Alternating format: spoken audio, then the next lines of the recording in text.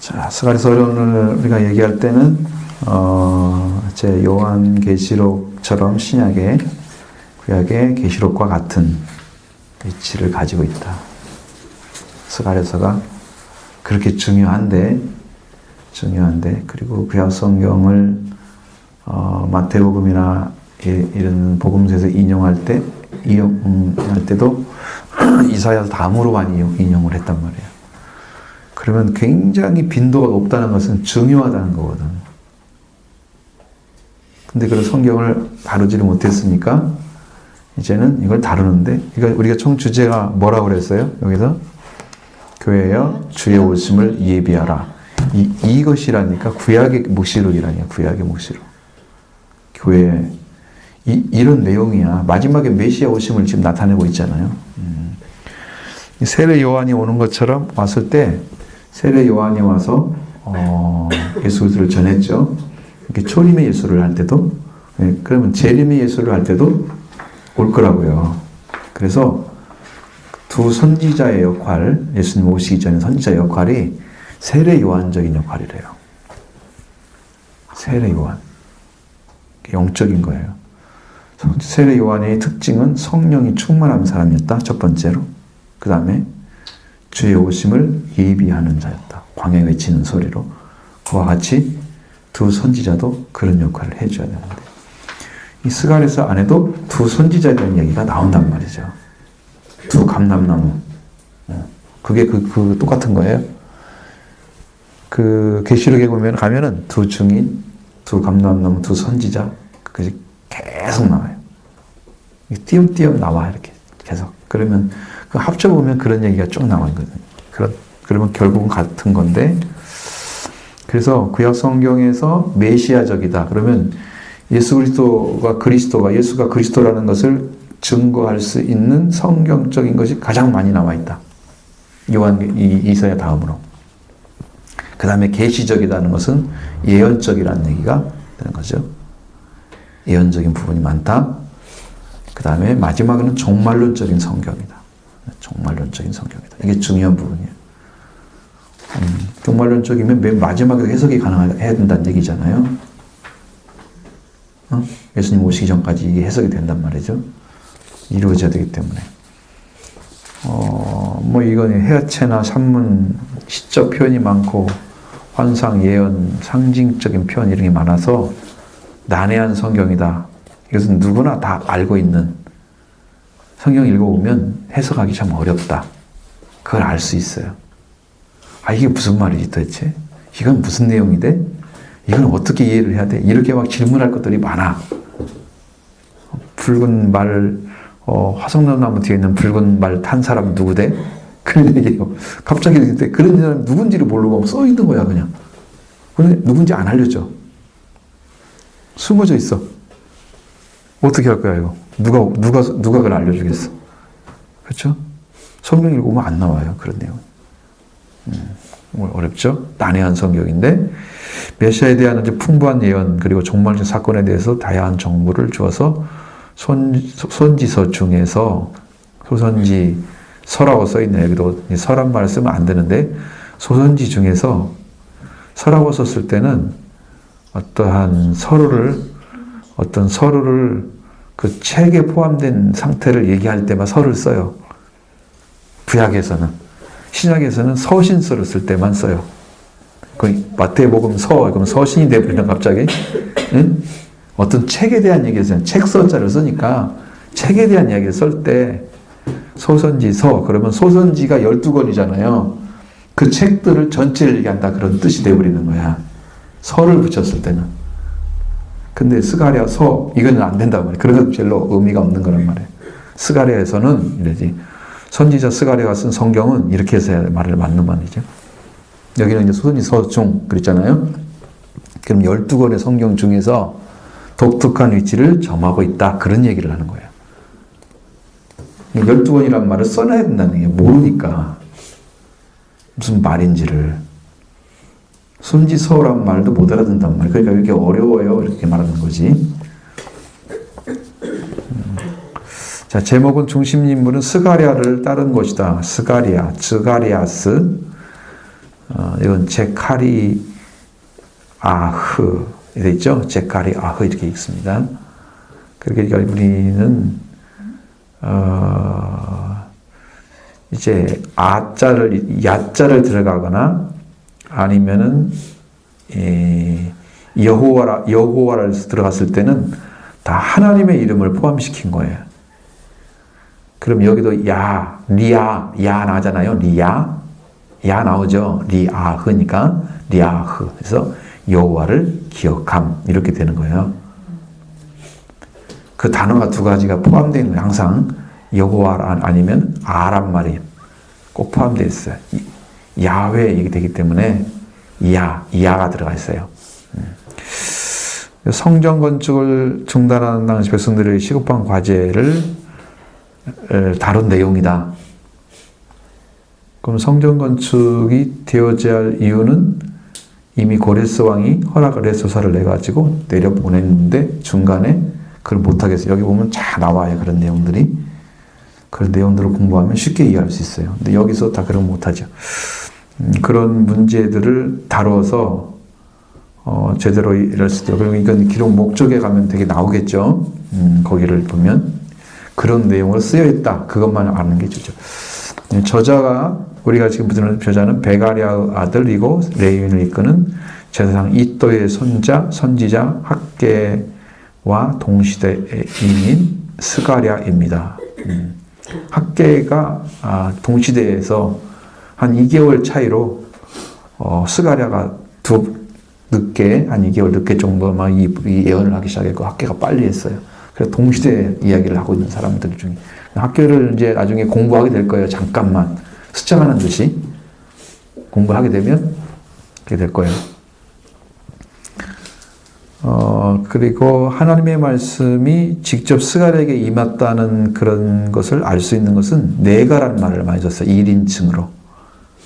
1인칭으로 내가란 말을 썼을 때는 나에게, 그래서 내가 이렇게 말씀하시고 누가 말씀하시니까 내가 대답하되 뭐 그렇게 나라는 말을 들고 많이 썼으니까 그건 직접 받고 직접 대답하고 이런 내용들을 썼습니다.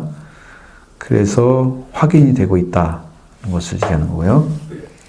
자, 기록연대가 어려운 게 뭐냐면 기록연대에 대해서 어떠한 책도 써 있지 않다는 거죠. 그래서 알아볼 수 있는 방법이 없어요. 특히 소선지자들은 언제 사람인지조차도 잘 모르는 경우도 많아요. 대선지자들은 상당히 큰 성경을 써놨기 때문에 이게 문서가 많잖아요. 그럼 사람들이 알려줄 확률이 높죠? 근데 작은 것은 잘 알지도 못하는데 그 사람이 언제 나왔어? 그거 잘 모르는. 왜? 기록이 안 돼 있으니까. 문서가 없는 시대. 문서 시대가 있는데 문서가 없는 시대에 쓴 그런 책들은 중에는 없는 사람도 있어요. 그러니까 연도를 몰라. 여기도 학자들 잘 모르죠. 대부분의 스가랴가 활동했던 시기를 저작기라고 보고 있는 거죠. 그때 받으면서 썼을 것이다. 말씀 받으면서 전하고 썼을 거다. 이제 그렇게 보는 거예요. 스가랴가 처음 선포한 때가 여기 이제 스가랴서 1장 1절에 나온 것처럼 BC 520년이죠. 다리오 왕 2년 8월에 그리고 마지막 선포한 시기가 다리오 왕 4년 9월. 이 518년 2년 정도 됐잖아. 약 횟수로는. 그래서 520년에서 518년으로 BC 주전으로 추정할 수 있습니다. 여기 거꾸로 내려가는지 아시죠? 이건 다 역사에서 공부를 했으니까 그런 건. 자, 기록 목적. 스가랴는 이스라엘 백성들로 하여금 성전을 성공적으로 재건하여. 왜? 중간에 멈췄기 때문에. 그래서 성공적으로 재건이 필요했던 것이죠.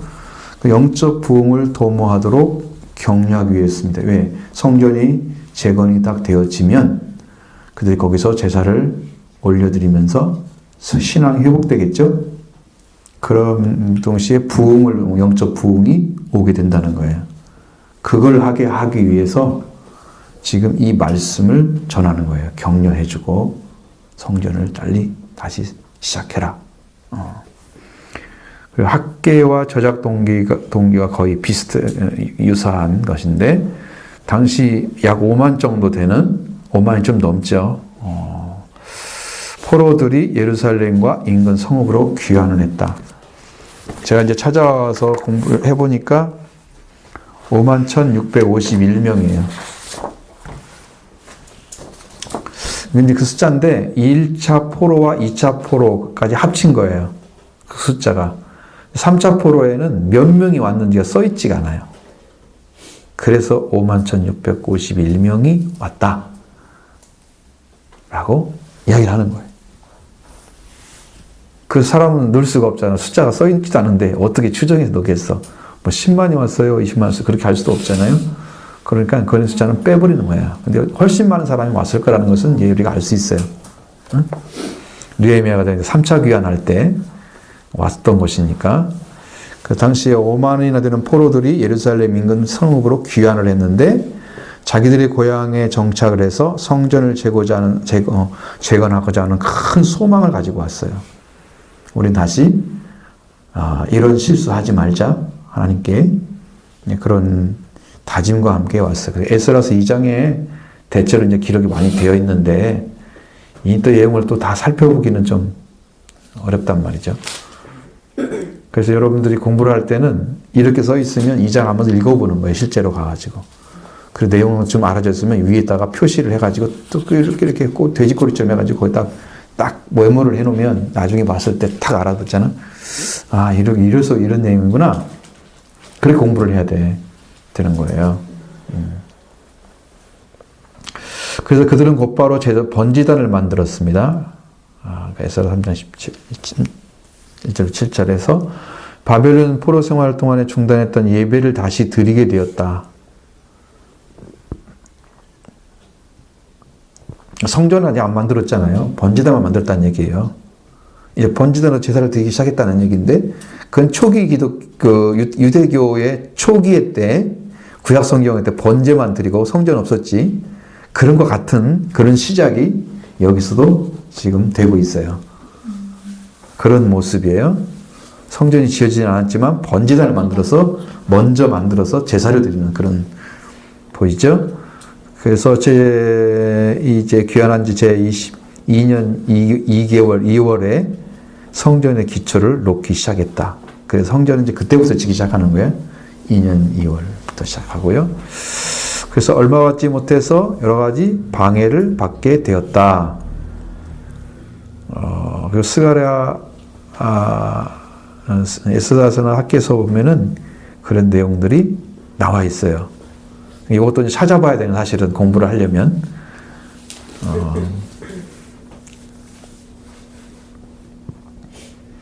학계를 한번 읽어볼까요, 누가? 학계 찾아가지고 1장 6절, 11절.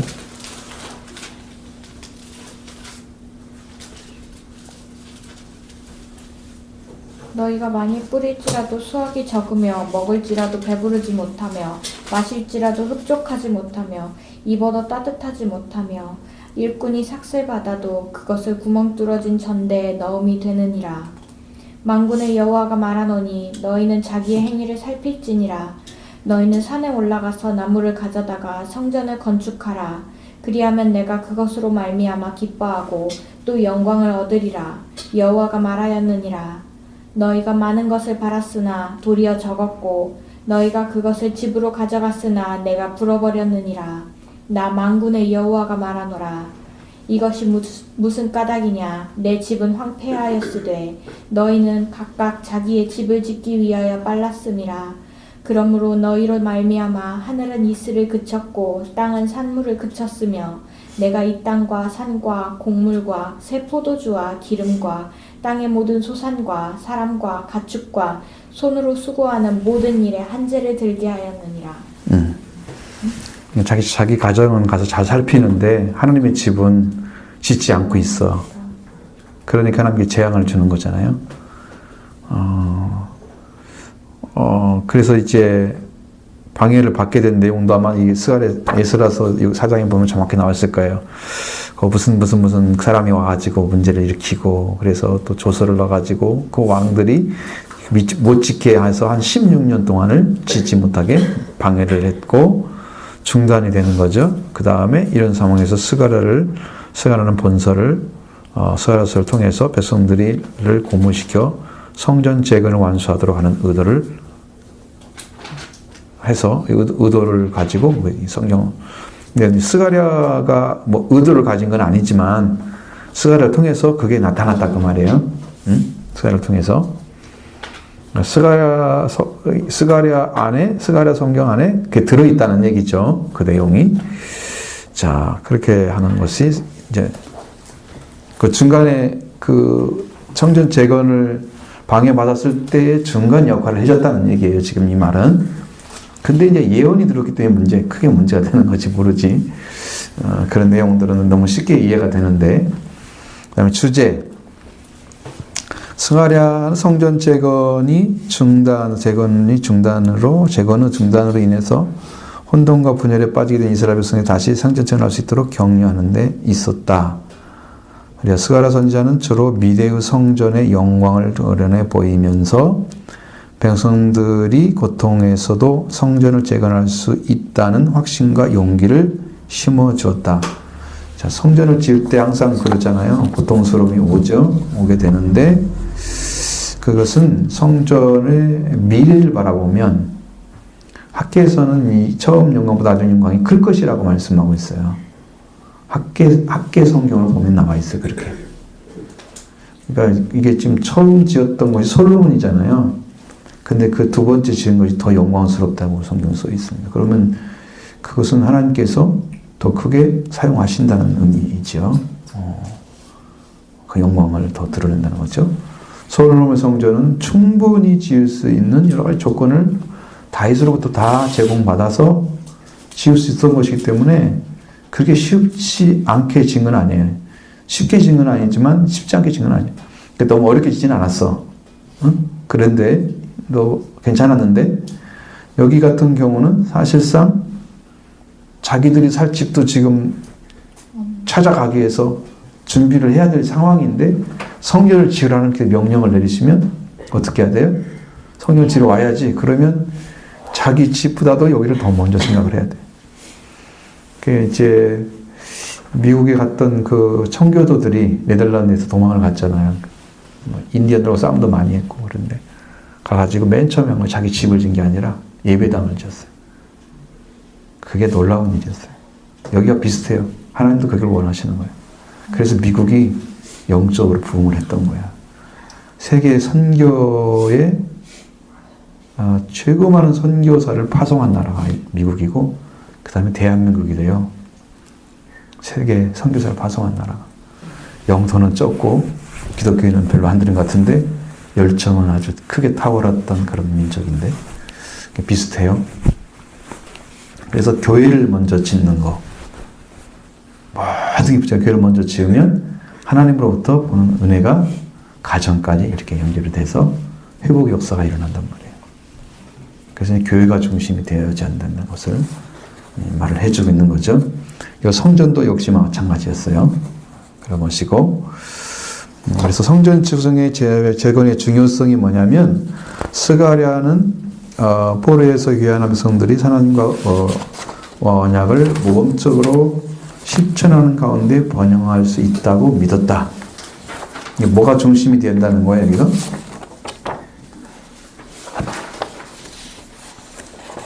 하나님의 언약이죠. 포로 귀환한 사람들이 하나님의 언약을 모범적으로 실천하면, 실현하게 되면 그 가운데 번영할 수 있다. 이건 당연한 거예요. 왜? 시작을 하나님으로부터 하자는 거죠. 언약으로부터 하자는 거죠. 거기에 목적이 있었다는 거예요. 중요한 부분이고, 그 중에서도 예배의식의 회복이 중요했다. 예배의식의 회복. 자신들의 내적 거룩함을 외적으로 표현하는 행위라고 생각을 했다는 거죠. 자, 내가 하나님을 믿고 있어? 그러면 이게 하나님 믿는 믿음의 생위가 뭘까? 예배가 첫 번째였다. 그것이 이제 밖으로 드러나는 방식이야. 내가 하나님을 사랑하고 그러는데 내가 어떻게 표현해야지? 하나님께 어떻게 표현해야지? 표현할 방식이 있어야 될 거 아니에요? 그러니까 그 방식이 예배란 말이에요. 지금 제사의식이죠. 이게 중요하단 말이에요. 그래서 한편으로 예배의 형식주의적인 위험성을 내다보며 각 개인이 하나님의 말씀에 헌신해야 함을 가르쳤다. 예배를 드리는데 과거에 이스라엘 백성들이 하나님께 드렸던 그런 예배가 형식적인 예배였단 말이에요. 마음은 없는데 행동을 하고 있는 거. 하나님께 중심을 가지 않고 있는데 나는 하나님 믿는 것처럼 제사를 잘 드려.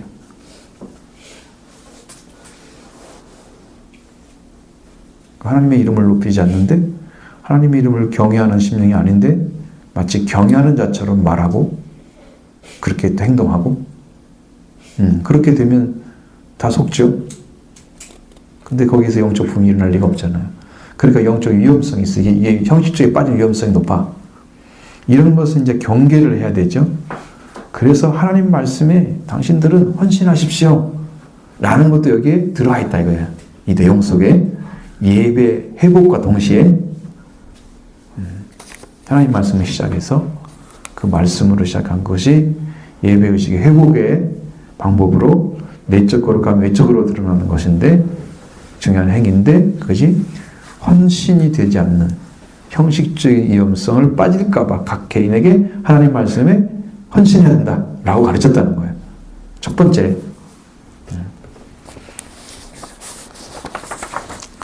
이제 중요성이 성전 재건하고 난 다음에 중요성. 그 다음에 2번, 작은 2번은 메시아를 통한 승리의 기대.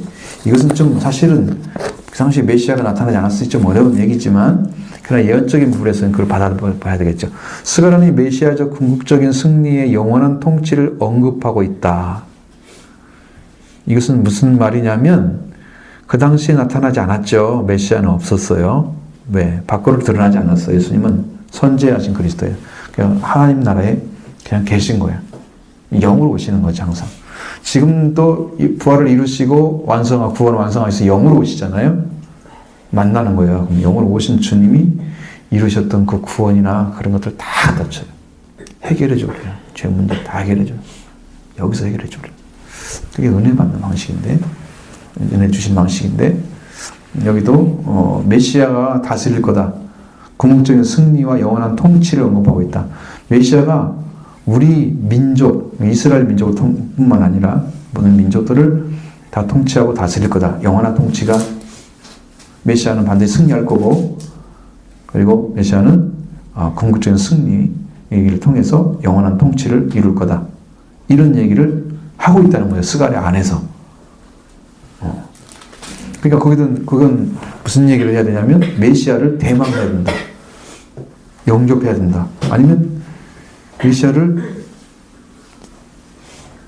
통치받으려고 하는 준비를 해야 돼. 그러니까 메시아에 대한 인정을 해야 돼. 그래서 성경에 메시아에 대한 이야기가 스가랴에 많이 나온단 말이에요. 그래서 메시아에 대한 메시아는 이제 구약적으로 메시아흐 이렇게 읽으면 메시아. 우리나라는 이제 야라고 해야 돼 맞는데 한글은 다 바뀌었어요. 아라고 바꿔놨어요. 그렇죠? 그러니까 메시아라고 발음은 하지만 원래는 메시야흐. 그래서 우리가 메시아 그랬거든. 근데 메시아라고 바꿔놨어 지금. 그러니까 그렇게 하고 그 메시아가 이제 아람어로 메시아는 헬라어로는 크리스토스가 헬라어 이제 그리스도라고 우리가 있는 바로 그 단어와 똑같은 단어란 말이에요. 뭐 다 알고 있는 거니까 그냥 재확인. 그때 현재 맛보고 있는 고통과 아픔이 더 이상 존재하지 않을 것이라고 말하고 있다. 왜? 지금 당하는 것들은 메시아가 와서 다 보상해 줄 거란 얘기죠. 메시아 대망 사상이 이제 와야 되는 거예요. 메시아를 대망해야 돼. 그래요. 그 주의 오심을 예배하라. 오심을 예배하는 거예요. 그게 필요해. 현재의 고통이 중요한 게 아니고 이것들을 통해서 메시아를 다시 만날 수 있다. 이걸 찾으라 하고 얘기를 해주는 거예요.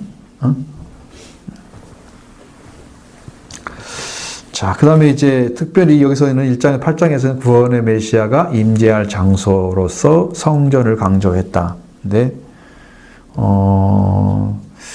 이제 메시아가 오면은 감람산 쪽에서 서실 거라고 성경에 나와 있어요. 스가랴 성경에. 메시아가 임재하면 다시 재림하시면. 그까지 나오기 때문에 그게 참 보통 말씀은 아니에요.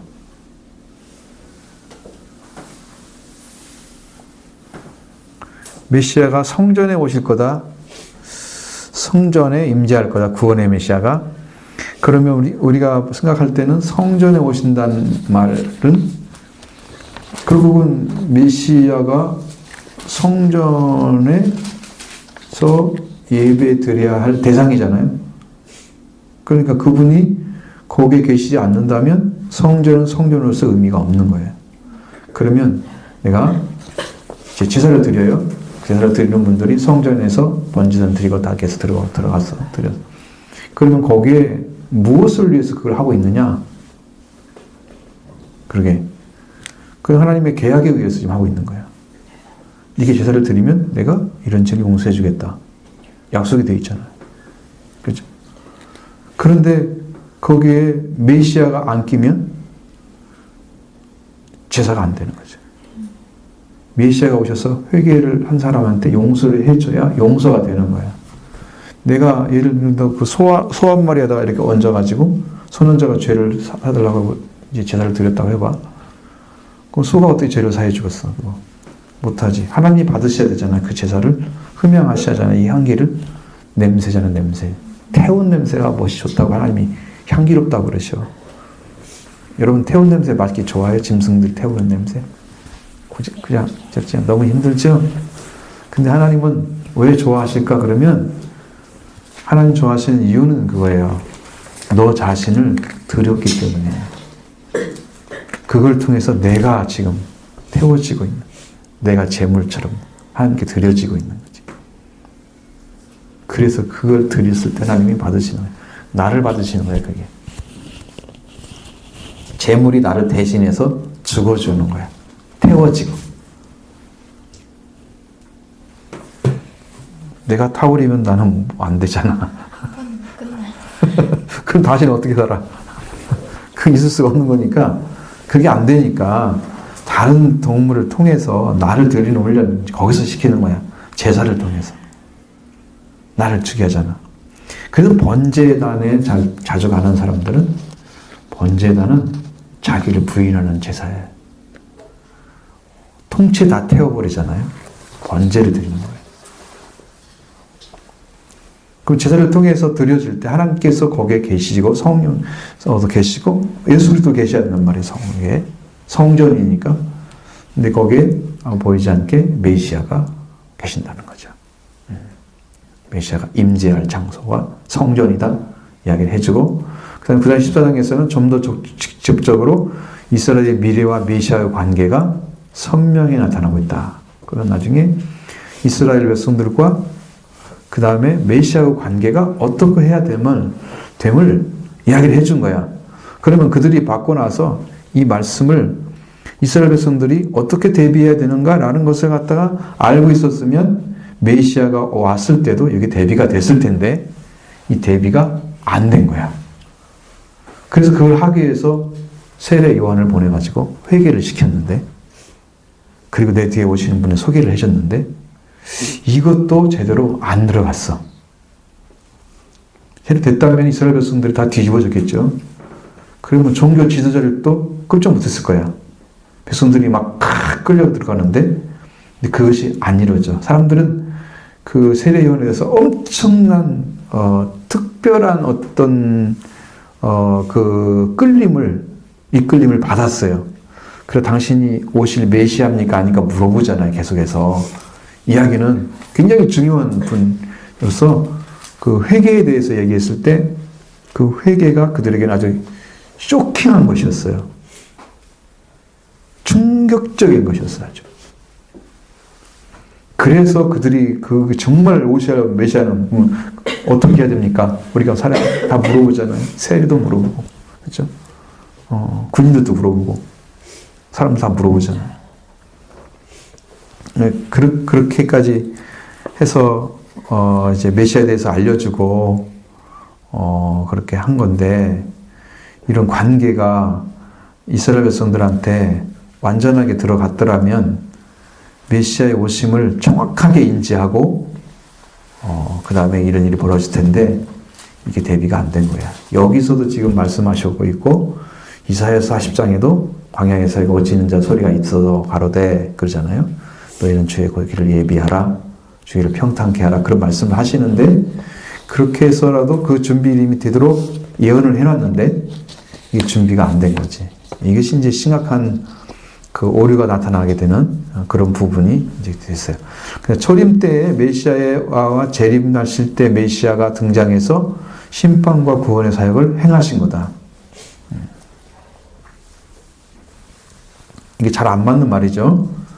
심판하실 메시아와 구원하실 메시아는 전혀 다른 거죠. 그러면 초림하실 때는 어떤 메시아일까요? 구원의 메시아야만이 돼요. 처음부터 심판해버리면 다 지옥에 가란 말이잖아. 나는 내가 그냥 정죄하러 온 게 아니다. 구원하러 왔다. 주님 말씀하셨어요. 그러니까 분명히 구원해줘요. 구원해줘. 메시아는. 그 다음에 재림의 메시아는 다시 오시면 이제는 판결을 내릴 때가 된 거죠. 심판과 구원의 사역을 동시에 행하시는 거야. 동시에. 근데 그것이 그 성경 안에 그냥 그렇게 기록이 되어 있는 거지, 나눠서 메시아가 이건 재림의 메시아야 라고 써있지도 않고 이건 초림의 메시아야 라고 써있지도 않아. 근데 내용을 보면 알 수가 있어. 구분이 되는데, 그러니까 혼재되어 있단 말이야. 두 가지가.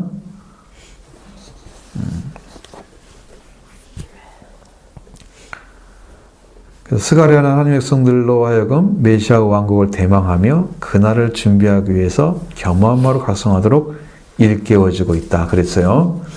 그러니까 이건 메시아에 대한 소망도 있고 메시아가 세우는 나라, 왕국.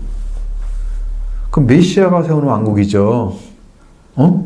다윗이 세우는 왕국이 아니잖아요.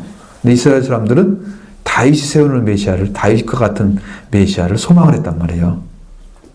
그러니까 메시아관이 메시아에서 결정되는 게 아니라 자기들이 이미 결정해 놓은 곳에 메시아가 거기에 합당하게 사역을 해줘야 된다는 거지. 그렇게 아니면 자기들은 배척하는 거지. 배척한 거예요. 그래서 이스라엘에서 그 정치적인 메시아를 바라보는 사람들은, 시각은 그 메시아가 와서 제대로 로마를 좀 쳐버리고 이스라엘 백성들을 좀 압박해서 해방시켜서 이 나라를 부흥케 하는 거지. 세워져서 새로운 나라로 세계를 지배하는 그런 나라처럼 세워지기를 바랬는데, 다윗 왕국처럼 크게 번영하고. 근데 메시아가 오셔가지고 아무것도 안 하시잖아. 나라를 세우기는커녕 백성들만 만나고 다니잖아. 근데 시골도 다니고 뭐 다니고. 사람들 보기에는 저게 메시아야? 이렇게 있는 거네. 너무 쉽게 보인 거지. 이게 시각 차이가 너무 큰 거야. 메시아 왕국을 요구를 해야 되는데 자기들 원하는 메시아를 요구한 거지. 그래서 용접이 안 된 거죠. 여러분도 잘 생각하셔야 돼요. 여러분이 원하는 신앙들은 주고자 하는 신앙을 받을 수 있어야 되는 거예요. 아멘. 주님이 다스려야 될 신앙을 가져야 되는 거예요, 여러분들이. 여러분들이 원하는 걸 주는 게 아니야. 주님을 갖게 되면 나머지는 다 해결돼. 주님 왕국이 임하면. 근데 그걸 소망을 하고 있어야 되는데, 그걸 목적으로 해야 되는데, 그날 그걸 하도록 여기서는 각성해 준단 말이에요. 이 말씀으로 일깨워주고 있다 걸 하고 있어요. 그 다음에 스가랴에 나타난 그리스도가 어떻게 나타나고 있는가? 자, 그러면 이제 스가랴는 이사야를 제외한 어떤 선지자보다도 더 풍부하고 선명한 메시아 예언을 남겼다. 메시아 예언이 제일 많이 나온 성경은 이사야서입니다. 이사야 성경인데, 여기서는 그리스도의 초림에 대한, 우리는 초림이란 말은 처음 임했다고는 뜻이니까 예수님이 처음 오셨을 때 그런 얘기들이 3장 8절, 9장 9절, 10절, 11장 11절, 13절, 12장 10절, 13장 1절, 6절 이런 말씀이 예수님이 처음 오실 때에 대한 이야기가 기록되어 있다는 거죠. 그런 내용들이 많이 들어가 있어. 실제 읽어보면. 그리고 예수님이 그걸 가지고 있었고 그런 것을 인용했던 성경도 나와 있어. 다시 찾아보면 나와요. 그다음에 재림에 대한 얘기도 6장 2절, 12절, 14장 1절부터 21절 그런 내용도 포함되어 있다. 그러면 여기가 메시아관이 엄청나잖아요. 그렇죠? 초림에 대한 메시아관이 더 확실하잖아요. 많은 예언이 나오는데 그리스도를 여호와께서 보내신 천한 종으로서 순이란 말을 사용했습니다. 3장 8절 순. 이사야 63장에도 연한 순 같고 마른 땅에 연한 순 같고 나오죠? 동일하게 순이란 말을 사용합니다. 여러분 순이라는 것은 처음 나왔을 때 얼마나 어리고 약하고 힘이 없게 보여요. 그렇죠? 그런 종. 사람들이 굉장히 천하게 누가 그를 갖다 흠모할 만한 사람이라고 아무것도 볼 수 없었다고 나오잖아요. 흠모할 만한 아무것도 그에게 보이지 않았다. 진짜 그리스도를 가진 사람들 또 그리스도 자신도 사람들이 보기에는 흠모할 만한 것이 안 보여요. 풍채가 좋거나 멋있거나 막 그런 것이 아니야. 인간적으로 잘 보이는 게 아니야. 한국 기독교나 아니면 이 세계 기독교는 목사님 자신도 멋있어야 돼. 그죠? 음성도 멋있어야 돼. 보이스도 굉장히 중요해. 설교할 때 매일 듣는 음성이잖아. 그 음성이 이쁘게 나와봐. 멋있게 나와봐. 그러면 거기에서도 싹 끌려오는 게 있어. 전에 모형성교회에 왔던 한 목사님이 목소리가 굉장히 쫙 가라앉으면서 사람들을 끌어가는 힘이 굉장히 좋은 분이 계셨어요. 나중에 내가 뭘 질문을 하니까 엉터리 같은 대답을 하는 거야. 나는 그 어린 시절이잖아요. 목사님 잘 모르시는구나. 근데 목소리는 좋아가지고 사람들이 설교할 때는 쫙쫙쫙 이렇게 보여. 아, 이게 장점일 수도 있겠다. 지금 시대는 그래. 근데 진짜 메시아는 그렇지 않아요. 그렇게 보이지 않아요. 흠모할 만한 그 어떤 것도 찾을 수가 없었다는 거예요. 사람들이 이끌리기 위해서 예수님이 나타나지 않았어. 사람들에게 도움을 청하지도 않았어. 사람들을 더 이해하고 사람들을 더 설득하려고 하지도 않아. 있는 그들을 선포하고 심판을 알리고 말씀만 전하시는. 그런 메시아가 매력적일까요? 매력적이지 않아요. 매력지 않습니다. 그래서 이 천한종으로 모신 모습이 딱 나타나는 거예요. 순이란 말로. 이사야에 나타난 것처럼 여기도 순이라는 말로 나타나요. 성전을 재건축하는 제사장과 왕의 모습이 나와 있어요. 그리고 온유와 화평으로 그의 왕국을 건설하는 자에 대해서 나와 있는데 그게 누구야? 겸손하여 뭘 탈 거다? 낙이 있고 낙이 새끼를 탈 거다. 왕위로 나오잖아요. 겸손한 왕이죠. 화평한 왕이죠. 거절을 당하고 배신하여 팔리는 자가 될 거다. 그 말씀도 이미 나와 있어요. 아니면 구원자로 묘사되어 있고 이런 것들이 다 메시아에 대한 이야기입니다.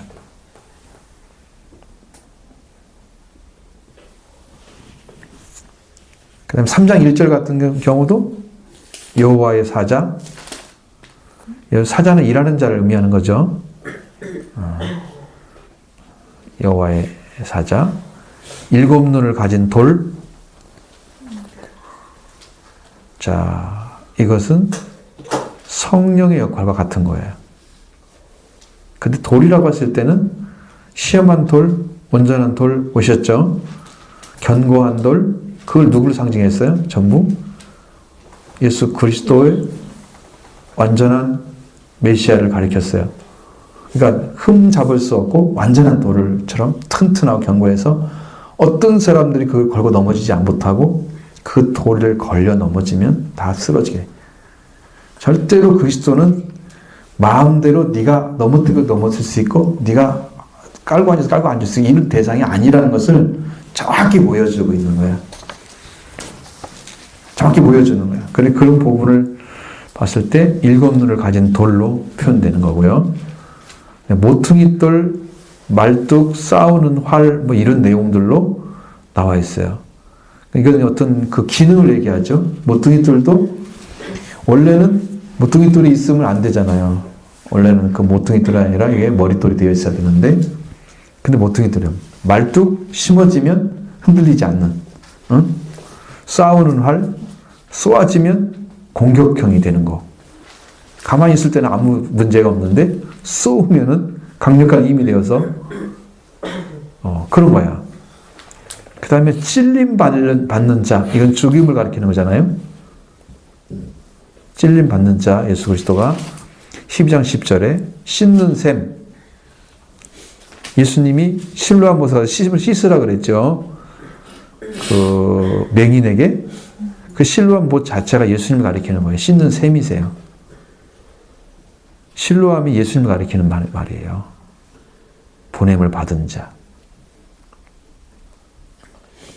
씻는 셈 자체도 예수 그리스도 가리키는 거예요. 칼로 침을 당해서 버림받은 목자. 내가 목자를 치리니 양들이 흩어지리라. 그렇게 말씀하신 거기 내용이 이 버림받는 목자의 모습이에요. 양을 치는 게 아니라 목자를 치니까 양이 흩어진 거야. 그 예수 그리스도를 쳐가지고 십자가에 가서 죽도록 매어 놓아버리니까 제자들은 다 도망갔어요. 이게 다 메시아에 대한 예언이다. 그 내용이 이제 메시아에 대한 예언에 대한 기록이 이제 이 성경 구절에 나와 있는 거지. 성경 구절에. 그렇게 이해를 하시면 되겠죠. 오늘도 못 알아들으면 다음 주도 할 거니까 뭐 걱정할 건 없어. 서너 번 들으면 그때는 안 잊어버리겠지. 아, 이제 이해가 돼요. 이렇게 될 정도 될 거. 예전에 성경 공부할 때 우리가 시간이 없어가지고 하잖아요. 그러면 2명씩 와도 2명씩 해줬어. 똑같이. 2명을 데리고 했어. 1시간을 했어. 여기는 3명 있으면 3명도 했어. 이거 1차, 2차, 3차로 했어. 똑같은 걸 가지고. 반복해서. 해줬는데, 지금 이제 성경 한 번밖에 안 차나. 그러니까 이거 3번, 4번은 해야지. 될 것 같은데. 한번 봅시다. 일단, 예언에 대해, 메시아에 대한, 예언에 대한 기록인데, 성경 스가랴서에서 인격에 대한 이야기가 써 있고, 사역에 대한 얘기가 써 있단 말이에요.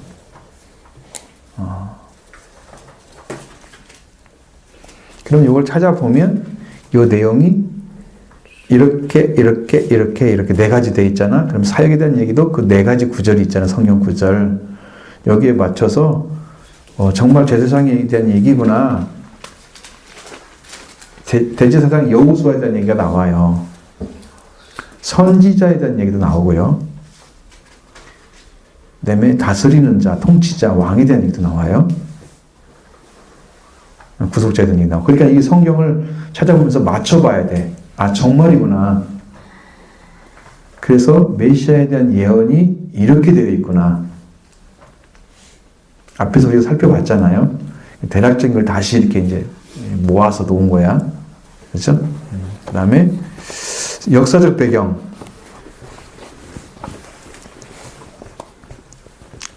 자, 스가랴 예언의 배경은 바벨론 포로에서 귀환한 포로 후기 시대를 배경으로 합니다.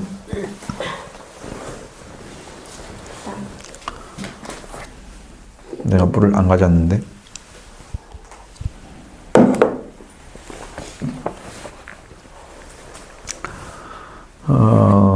그래서 귀환한 포로 후기 시대를 배경으로 한다는 것은 이미 귀환을 해서 성전을 짓기 시작하고 성전을 짓다가 방해를 통해서 받아서 성전을 재건하는데 멈춘 상태. 포로가 돌아온 상태에서 하는 거잖아요. 그래서 바로 했는데 16년이라는 세월이 걸렸단 말이야. 다시 재건하는데. 이거 주전 538년에 바사왕 고레스가 유다 포로들에게 예루살렘 돌아가서 성전을 재건해 줬다는 조서를 내려주었습니다. 여기도 보면 이제 여기서 읽어봐야 돼. 사실은 대하 36장, 역대하 36장 22절. 실제로 내렸는지 안 내렸는지를 봐야 하잖아. 그럼 이게 뭐가 연결되어 있어요? 진짜 스가랴가 예언한 것이 이렇게 돼서 예언이 이때 됐구나라는 것을 증명할 수 있는 이제 조건이 되잖아요. 그러면은 실제로 왕이 돌아가서 너희 돌아가서 성전을 재건하라. 그렇게 명령을 받은 고레스 왕의 명령이 기록되어 있다면 확실하게 알 수 있죠. 그렇죠? 기록되어 있습니까? 한번 읽어보시죠. 바사의 고레스 왕 원년에 여호와께서 예레미야의 입으로 하신 말씀을 이루시려고 여호와께서 바사의 고레스 왕의 마음을 감동시키심에 그가 온 나라에 공포도 하고 조서도 내려 이르되 바사 왕 고레스가 이같이 바라노니 하늘의 신 여호와께서 세상 만국을 내게 주셨고 나에게 명령하여 유다 예루살렘에 성전을 건축하라 하셨나니 너희 중에 그의 백성된 자는 다 올라갈지어다. 너희 하나님 여호와께서 함께 하시기를 원하노라 하였더라. 네. 이게 꼭 바사 왕 고레스가 하는 말이 꼭 기름 부은 자 하는 것 같은 거 똑같은 말을 해. 그걸 하나님께서 쓰신 거야, 그 사람을. 다른 나라죠. 파사는 페르시아. 이스라엘 불고 상관없는 거야. 메데 파사가 됐잖아. 나중에 이제 바벨론에서 망하니까 메데 파사가 됐단 말이야. 그 나라의 파사 왕이란 말이야. 바사 안에 페르시아 왕이지. 그 고레스라는 사람이 하나님께 쓰임을 받고 있는 거야.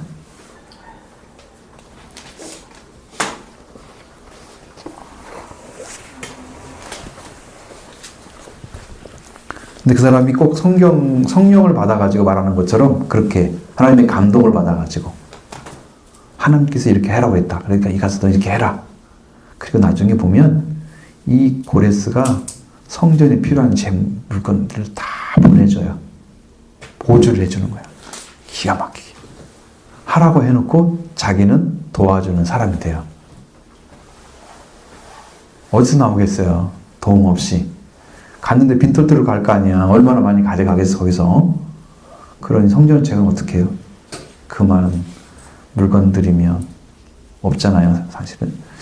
이제 그런 것들이 가능하게 해줬던 그 일을 이제 고레스가 해준 거예요. 엄청난 일이잖아요. 이 조서를 따라서 수룹바벨과 느헤미야와 예후수아. 그러니까 수룹바벨과 예후수아가 1차 포로 들어가고요. 그 다음에 이제 에스라가 2차 포로에 들어가고요. 느헤미야는 3차 포로에 들어가요. 여기는 그게 안 나오죠. 이렇게 순서가 안 돼 있고 수룹바벨, 느헤미야, 예수아 이렇게 돼 있죠. 사실은 1차 포로가 수룹바벨과 예수아가 돼 있고 2차 포로에는 에스라, 그리고 3차 포로에는 느헤미야가 들어가요.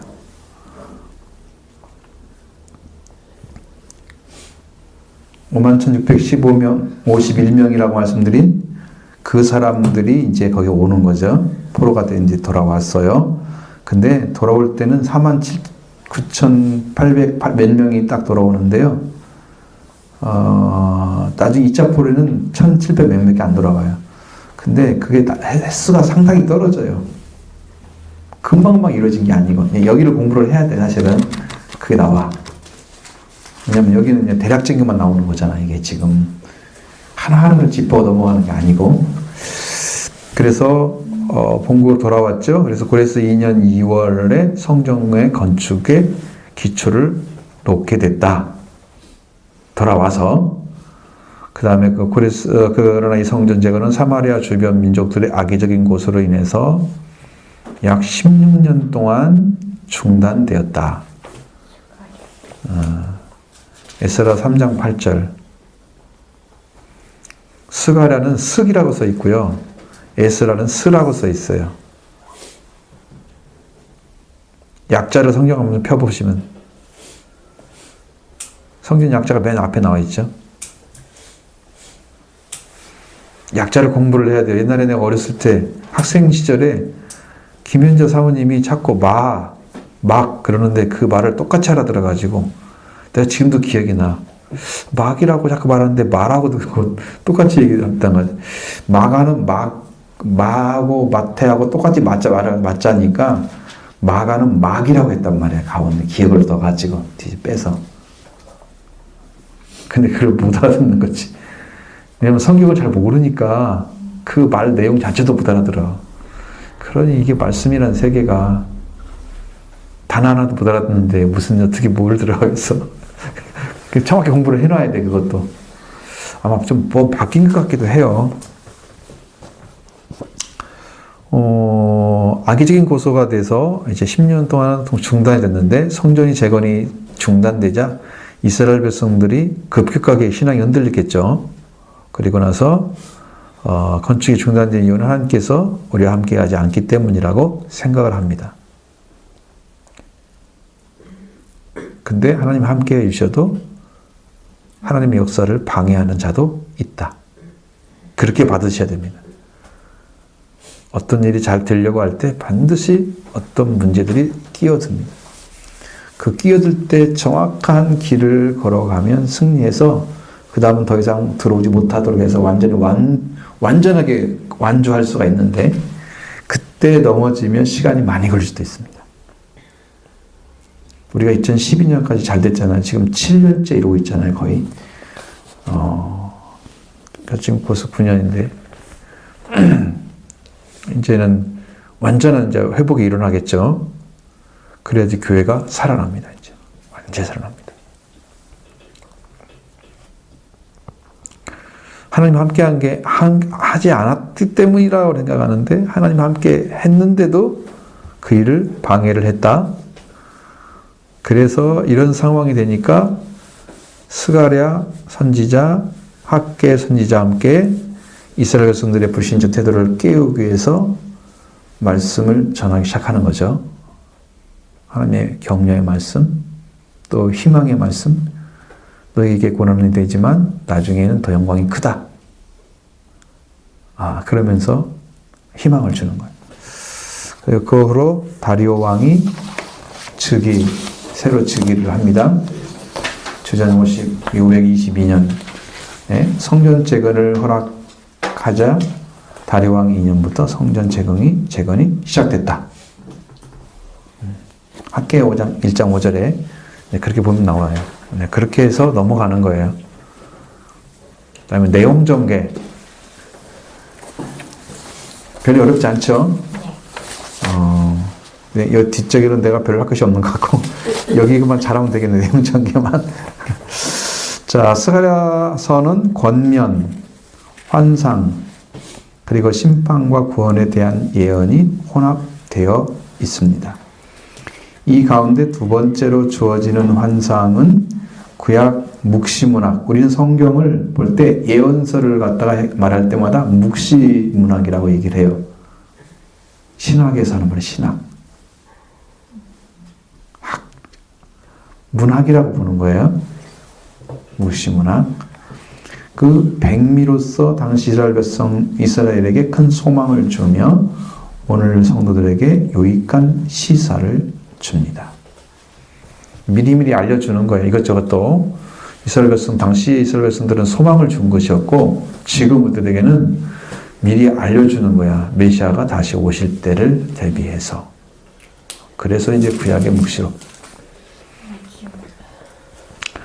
자, 9장 14장 9절부터 14장의 미래에 대한 경고와 더불어 하나님의 백성들이 맡게 될 영광스러운 미래가 약속되어 있다고 말합니다. 자, 이게 이제 9장 14장의 내용이에요. 이제 내용인데, 미래에 대한 경고, 그리고 하나님의 백성이 맡게 될 영광스러운 미래, 이런 것들이 이제 다 포함되어 있어요. 경고성은 이 메시아를 버리거나 그런 문제들이 많이 있겠죠. 메시아가 또 흩어지게, 양이 흩어지게 만드는 메시아 목 친다든가 뭐 그런 것들. 다 그건 누가 했어요? 메시아를 데리고 갈 때 누가 왔어요? 가룟 유다가 뭐 앞장섰고 그 사람이 누구예요? 누가 왔어요? 그때? 로마 군병이에요? 유대 군병이에요? 유대 군병이죠. 그러니까 그 나라 사람이, 자기 나라 사람이 자기 민족이 메시아를 그렇게 죽음에 몰아던 거예요. 자기는 죽일 수가 없으니까 이제 빌라도의 손을 빌어서 로마 총독의 힘을 빌어서 사형을 시키려고 데려갔던 것이 의미가 그거지. 자기들이 죽일 수 있었다면 안 데려갔을 거예요. 권한이 있었다면.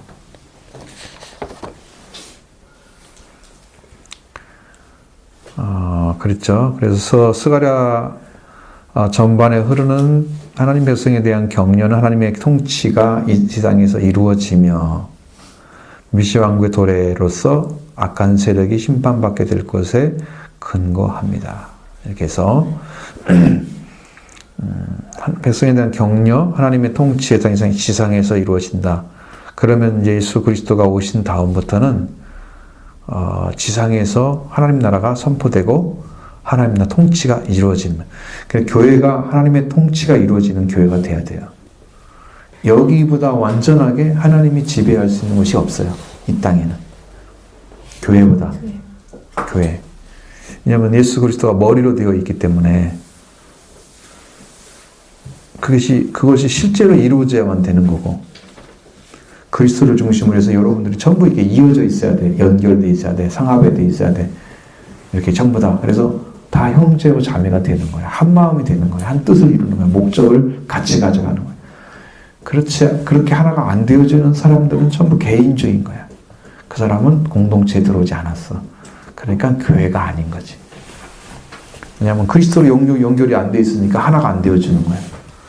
그리스도 연결되어 있으면 그리스도가 머리니까 머리 중심으로 몸이 하나가 된 것처럼 하나가 돼서 그리스도와 관계가 딱 맺어져 있어요. 머리가 시킨 대로 몸이 움직일 거 아니야. 그래서 이 몸이 제대로 움직여지면 그리스도 명령에 따르면 이게 합당한 교회가 되는 거거든. 하나님의 명령을 따라서 순종하는 교회. 우리는 그런 교회를 지향하고 있는 거죠. 성경이 말하는 교회.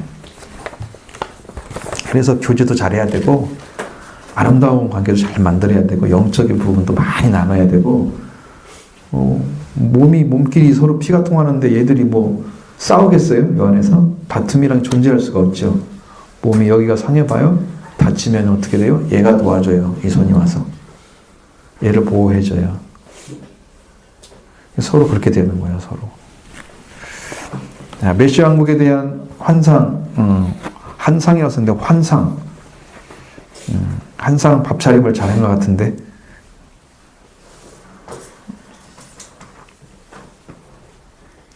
내가 한 번만 더 봤으면 되는데 시간이 없어가지고 두 번을 못 봤더니 이런 옷장 하나씩 터져나오는 것 같아. 자, 성전 재건 공사를 계속할 장력을 잃어버린 상실해버린 이스라엘에게 스가랴는 먼저 선조들이 행한 악한 악행을 다시는 반복하지 말고 하나님과 일적된 삶을 살아가라고 요청하고 있습니다. 이건 여러분 지난번에 봤었죠? 읽었던 기억이 나죠?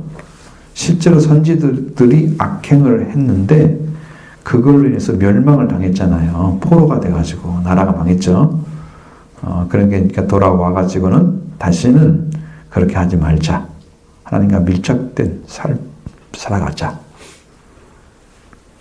그런 요청을 해줍니다.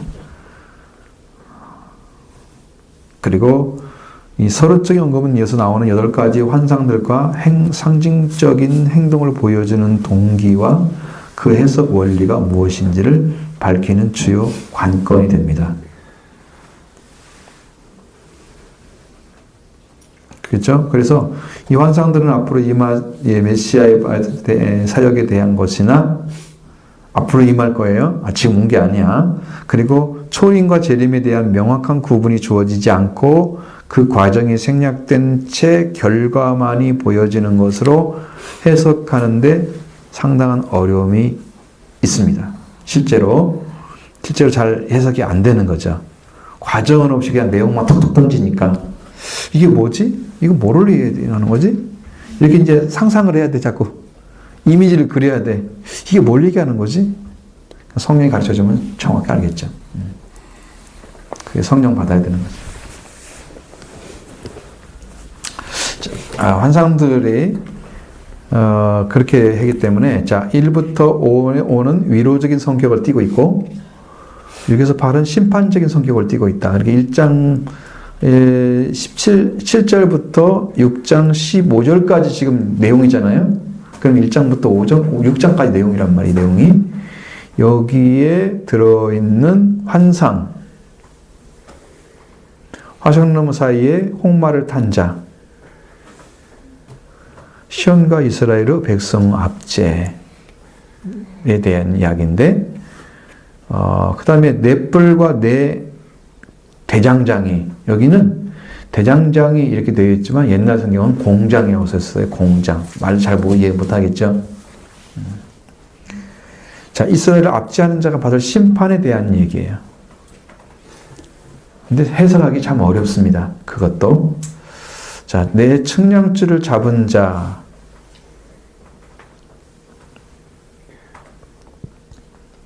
여기는 하나님의 백성들은 잘 이렇게 보호해주고, 영화롭게 해주는데 목적을 두는데, 그 백성 안에 들어오지 않은 사람들은 어떻게 돼요? 측량줄에. 이걸 어떻게 하자는 거예요? 측량줄을 잡았다는 자체가 뭘 얘기하는 거예요? 지난번에 뭐라고 그랬어요?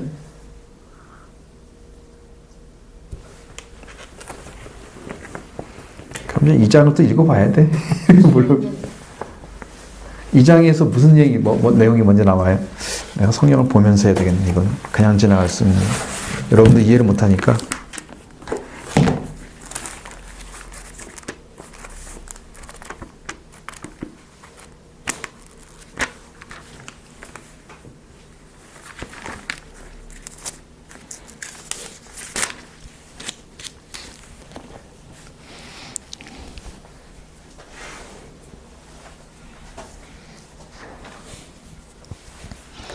그 말씀 드렸죠? 이스라엘에 뭐가 많아서? 뭐가 많아진다고요? 사람이랑 가축이 많아서 그래서 성벽을 제거하지 말자. 그 측량치를 잡은 자 의미가 잡은 자가 그의 손에 있기로 그 예루살렘 성전을 측량해서 그렇게 하려고 할 때에 다른 천사가 나와서 맞으면서 그렇게 하지 말라 그랬죠? 성곽이 없는 성벽이 될 거 여호와가 불로 둘러싸게 될 거다. 그래서 측량줄을 잡은 자가 라는 제목으로 나온 거야, 이것은. 근데 여호와가 도와줄 거라는 거죠. 보호해 줄 거라는 거죠. 사람들이 얼마나 많아져도 하나님이 다 보호해 주고 성경 만들지 마. 성경 만들지 마. 너희들이 스스로 보호하지 마. 하나님 해줄 거야. 그런 얘기인데. 자, 그 다음에 대제사장 여호수아의 정결에 대해서 이건 세상의 여호수아의 정결 자체만을 얘기하는 게 아니라 이스라엘의 정결을 이야기를 하는 거다. 이스라엘 백성에 대한 얘기. 대표적으로 제사장을 이끌어서 그 사람을 통해서 이야기를 하고 있는 거예요. 내용이지. 순금등대, 이것은 뭐에 대한 얘기예요? 순금등대가 목적은 아니고 두 감람나무가 나와야 돼요. 여기에. 반드시. 펜 있으면은 써놔요. 순금등대와 두 감람나무.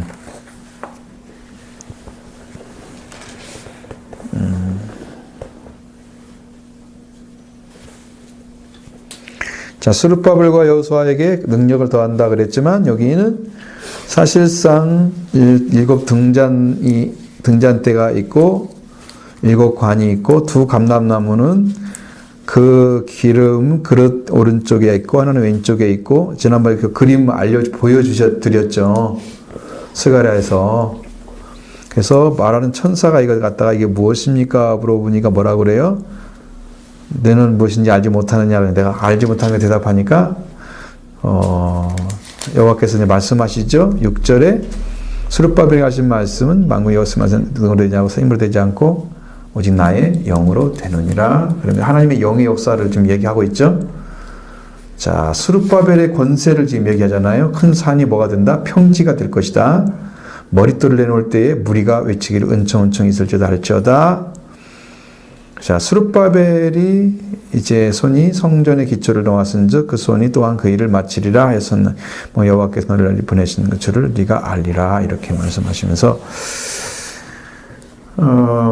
그렇게 해서 작은 일의 날이라고 멸시하는 자가 누구냐? 스가랴를 통해서 온 세상에 터지는 여호와의 눈을 나타내고 있는데 다림줄이 나오죠. 거기에 10절에 스룹바벨 손에 다림줄이 있음을 보고 기뻐하리라. 그러면 뭐예요? 다림줄은 하나님의 성전을 이렇게 줄을 지어서 탁탁 놓는 거잖아요.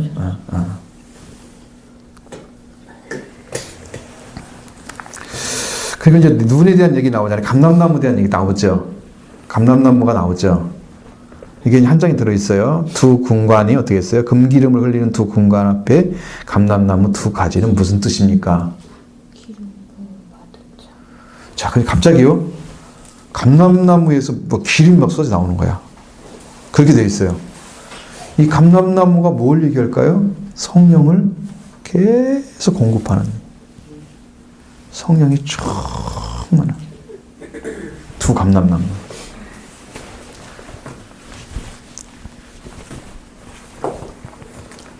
그래서 이른 기름 부음을 받은 자 둘이라고 써 있잖아요.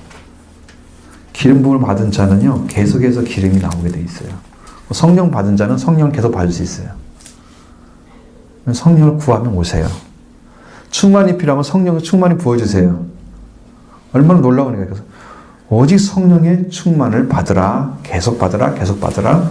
계속 받으라. 미완료다. 계속 받으라. 완료가 아니야. 한 번 받고 끝나는 게 아니야. 성령 충만을 받으라. 계속 받게 돼 있어요. 기도하면 필요한 데 성령을 부어주세요. 그러니까 그 기름이 가는 거야. 계시록의 두 증인이랑 같아요. 그렇지. 이제 이걸 내용 얘기하면 우리 이제 30분도 넘어갈 거야 아마. 다 얘기 못할 거야. 에바도 말 못했고 따라가는 두루마리도 못했고 에바도 못했고 네병교도 못했고 관을 쓰는 여호사도 못했어. 지난번에도 시간이 없어가지고 다 읽어서 해야 되는데 못했잖아. 나중에 이제 이게 보면 이런 내용을 조금 알면 뒤에도 이제 해석이 될 거예요. 여러분들이 보시면. 왜냐하면 그런 내용이구나 이렇게 지나가면 이제 알 수 있죠. 그 다음에 현재의 명령 7, 8장 과거 재난을 당했을 때 제정되었던 금식 제도가 계속되어야 하는가에 대한 질문이 1절 3절에 되어 있습니다. 그리고 스가랴는 금식 자체에 가치를 부여하지 않고 그걸 지키는 즉 심적 상태가 중요함을 강조하는 내용이 8장 23절까지 되어 있단 말이에요. 금식 자체가 중요한 게 아니고 금식을 하는 사람의 마음 중심이 어떠하냐라는 것에 초점이 맞춰져 있다는 거예요. 더 중요하게 생각할 것은 여러분 성령의 예수님께서 말씀하신 내용과 같아요. 겉으로는 흉하게 보여. 나 금식하고 있어. 사람들이 좀 알아주라고 그냥 다니는데 뭐 왜 금식 그렇게 하니? 너는 기름 바르고 깨끗하게 하고 다녀라. 금식했다고 보이지 말고. 그래서 금식을 하나님께서 너를 보도록 해야 된다. 너는 하나님께만 보여라. 사람에게 보이지 마라. 외식하지 마라. 그런 내용이나 얼마나 흡사하냐 그 말이에요. 그렇죠? 헛된 일식을 배격하라. 과거 불순종을 기억하라. 이스라엘의 회복과 위로. 그 다음 이스라엘의 기쁨이 회복됨. 이런 내용들이 이제 쭉 되어 있는데 이게 금식을 통해서 이루어지는 일이라고 말이죠. 그 다음에 3번 미래의 일들 9장부터 14장 장래이라는 일들이 두 가지 형식으로 주어지는데 첫 번째는 경고 9장부터 11장까지 경고가 내려오고 경고는 장차 임할 메시아의 강림 메시아가 처음 오잖아요. 첫 번째 강림하시죠. 그 다음에 배척에 대한 것들이 나온 다음에 두 번째 경고, 첫 번째 경고가 나왔은 다음에 두 번째 경고는 12장, 14장에 메시아의 재림과 통치에 대한 것이다. 그런 내용으로 되어 있다는 거죠. 첫 번째 경고가 쭉 나와 있고 두 번째 경고도 쭉 나와 있죠. 모든 성경은 다 읽어야만 가능한 얘기지 이걸 다 언제 얘기를 하고 있냐고. 그죠? 해줬으면 좋겠지만 시간이 거의 안 된다고 봐야죠.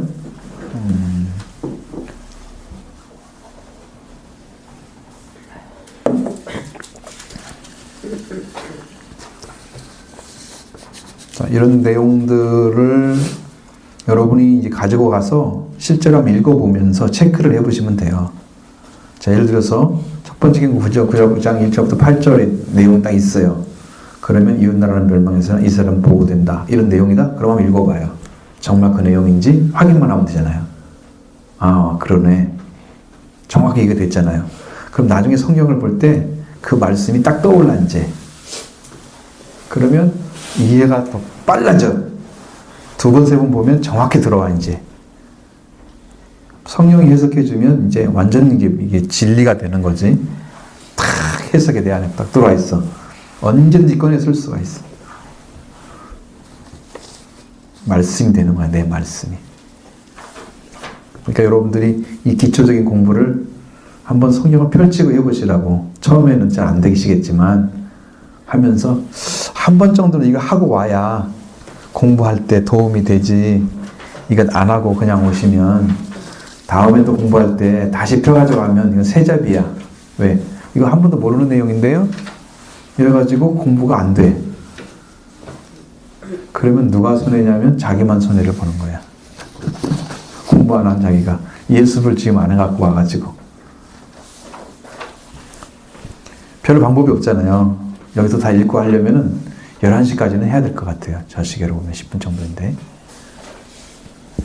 성경 읽으면서 하나 또 알려주고 또 알려서 또 알려주고. 자, 내용 분해입니다. 메시아 왕국에 대한 환상과 현재의 명령 2장 1절부터 8장 23절까지. 그 다음에 2부는 메시아 미래의 도래, 메시아의 도래, 메시아가 도래하는 내용이 이렇게 되어 있다. 그럼 앞에서 내용들과 들어갔다 다시 간추린 거죠. 앞에 내용들이 있지만 다시 간추린 거예요. 그래서 큰 1번, 큰 2번, 큰 3번, 큰 4번, 큰 5번. 2부에서 1번, 2번. 이쪽 나오죠. 이것도 원래는 하나씩 해야 되는데 너무나 잔인도 물어잡고 되니까 이게 줄이 안 맞은 것 같아요. 3번이 지금 앞으로 나와야 되는데 3번이 좀 들어갔잖아요. 지금 내가 그거 하나 내가 있는 싹 붙여가지고 안 고쳐도 다 쓸만하니까 몇 자만 빼놓으면 다 되죠. 혹시 이제 질문한 거 있으면 질문해보세요. 이런 내용들은 다 얘기할 수가 없으니까 이제 성경을 읽어야지. 어차피 읽어야만 한 내용들은 원하시면 다 읽어서 드릴게요. 근데 그런 질문이 될 수 없는 것 같고, 그 이해가 안 되는 부분들 있으면 이야기해보세요. 딱히 이해가 안 되기도 하고, 딱히 이해가 된 것도 아니고, 딱히 이해가 안 된 것도 아니고, 그런 거. 아는 것도 아니고, 모르는 것도 아니고, 그러면 안 되죠. 그러면 세 번째 다시 들어갑니다. 나는 이것만 있으면 얼마든지 할 수 있습니다. 다음에 할 때는 앞에 지는 자세히 안 하고 뒤에 지만 성경이 있는 쪽에서만 하면은 집중해서 읽으면 여기가 훨씬 더 정확하게 알아지겠죠. 성경 읽으면서 해버리니까. 그러면 여러분들이 이제 공부한 것들이 더 확실해지겠죠. 그렇게 되면 훨씬 좋을 것 같기도 하고. 한번 질문 있으면 질문해 보세요. 뭐라도.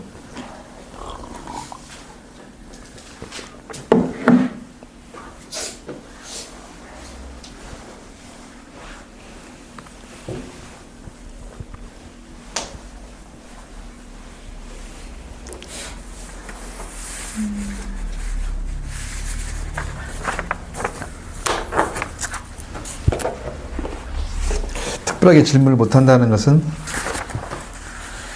이해가 잘 됐다고 볼 수가 있기도 하고, 반면으로는 어느 정도 동감을 좀 찾아냈다는 얘기잖아요. 근데 이제 뒷부분이 여러분에게 정확하게 제 내용들을 파악할 수 있도록 돕지 못하니까, 하려고 하면, 다음 시간에 한다고 하면, 그것을 더 정확하게 찾아서 한번 읽어보는 것도 이제 기초를 마련하는 데 도움이 될 거예요. 그러면 우리가 다음 주까지 한번 해보고, 그렇게 해서 완벽하게 지내간 다음에 이제 스가랴서를 들어가는 걸로. 그러면 어느 정도 기초적인 공사가 마무리되고 대충은 좀 알 것 같아요. 이런 말이 나와야 돼 이제. 아직도 모르지만 정확하게는 모르지만 이렇게 흐름이라는 게 파악이 됐어요. 이렇게만 돼도 굉장한 거예요. 굉장한 거예요.